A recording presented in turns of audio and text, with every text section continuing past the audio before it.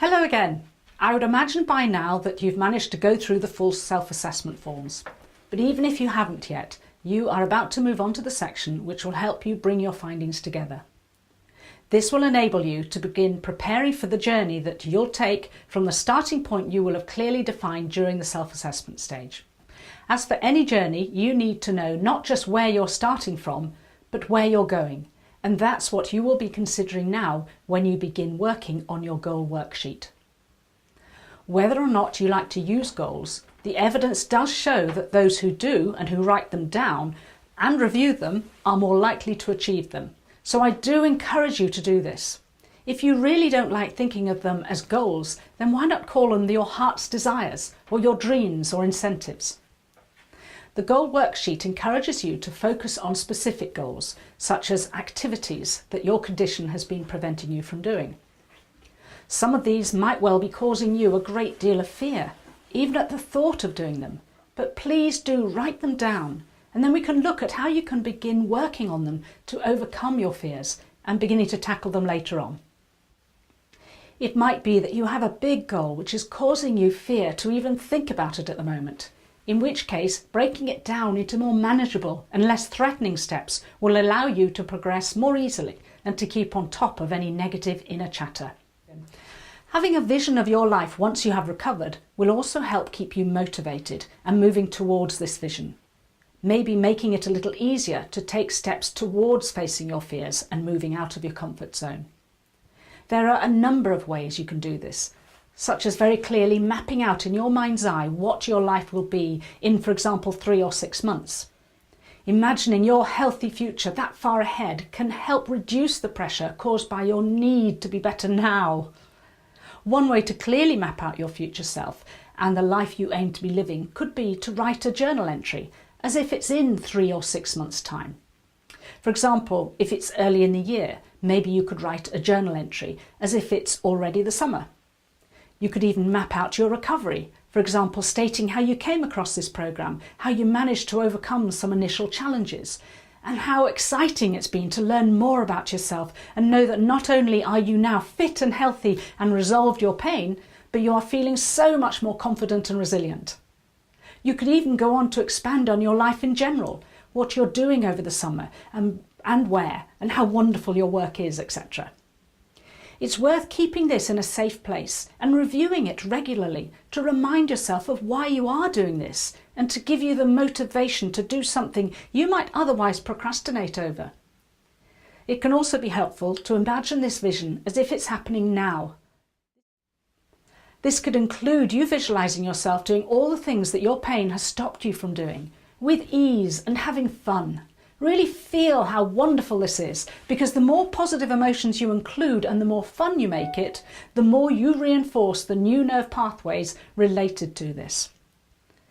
Even just doing this for a few minutes regularly each day, maybe on your journey to work or while cooking dinner, will also help to reinforce these nerve pathways. We now know that the brain is neuroplastic and can adapt, and that visualization can help with this. It's also much more fun doing this than ruminating and worrying about your pain, your fears, etc. So why wouldn't you want to do this, especially if it could potentially help you deactivate the pain pathways and develop new, more healthy nerve pathways related to pain-free activities and a healthy future? Although it is helpful to have some structure with the programme, too much structure can cause stress, especially if you find you're trying to fit in the strategies you feel you ought to be doing.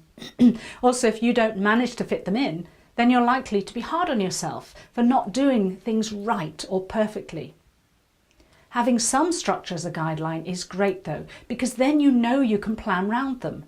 But being flexible and allowing when things don't quite turn out as planned is important in order not to put undue pressure on yourself. Be kind to yourself. This should be a priority, especially if you don't do what you feel you should have done, or you have a particularly challenging day. Notice in these instances how you're speaking to yourself, and maybe consider how a friend might feel if you spoke to them in that way. I doubt you speak to any friend as destructively as you speak to yourself sometimes, so noticing that can help you identify when you're creating undue self-induced stress. It can also help to offload onto paper by free writing and basically having a brain dump to clear your head of all the self-recriminations, etc.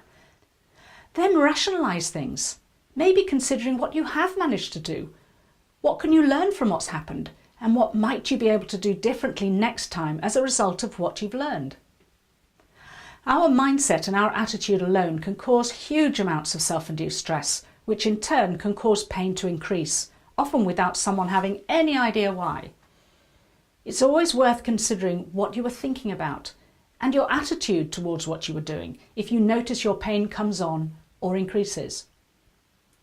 It might just be that you've become conditioned to have pain at that time of day or while doing that activity, but it can also be caused by you doing something you feel you ought to or should do, which is usually based on beliefs and behaviours we learned from our parents as we grew up. Just listen to yourself when you're talking to yourself from your inner parent's point of view. For example, when you notice yourself saying things like, "You ought to do this, it's expected of you, what will other people think of you if you don't do whatever?" Recognising this, or thinking psychologically as a way of identifying the underlying cause, could help you then reduce this. Even just becoming emotionally aware and then consciously choosing to do what you were doing anyway means you can let go of the resistance caused by doing it because you felt you ought to. You can think of this as resistance caused by your inner child kicking up a fuss against what your inner parent is telling you to do. By taking responsibility and making a conscious choice about what you're doing can completely remove the resistance caused by doing the same thing, but with a negative attitude. This programme is not just about addressing unresolved emotional turmoil from the past and present and working on how we create self-induced stress due to our personality. It is also about learning about being self-compassionate and improving our self-care by putting ourselves first sometimes. Later in the programme, we will be looking at how you can do this, but having already read through it, you will know how important it is to focus on improving general health and well-being. For example, our minds and our bodies can benefit from eating a healthy diet, being in nature, socialising, improving our posture, taking slow, deep breaths every now and again, etc. As you move forward with the programme, please do focus on your achievements as well, however small, rather than on how much pain you still have or how far you still have to go. We live in a blame society, and most of us tend to focus on what's wrong and not going well in our lives, which means we tend to miss the good things that are happening around us. This happens because what our mind is focusing on, our reticular activating system, will source for us. Therefore, the more we focus on our pain and what we can't do, the bigger an issue this can appear and then become. Training our brains to search for what's good in our lives will mean we are therefore more likely to notice these things. This is why studies have found that spending time each day noticing things we feel grateful for and appreciate actually improves our health and well-being. For the same reason, focusing on the fact that you were able to walk 1 yard further than last week or had moments when your pain was slightly less than normal is likely to help you make more progress than focusing on what you still can't do and how much pain you're in. I know that if you have constant severe pain, it will be really hard to do this because your life is likely to revolve around your pain at the moment. The more you resist this though, the more you will be fueling the pain cycle. Therefore, making use of these suggestions, plus beginning to incorporate mindfulness, the letting go strategy and emotional awareness exercises could all help with this. It can even help to write an unsent letter to your pain as a way of acknowledging the anger and frustration you feel towards it, but with the aim of after this reaching a point of acceptance and recognising it's there for a reason and is actually protecting you from unresolved emotional turmoil that your brain's perceiving to be a really big threat to you.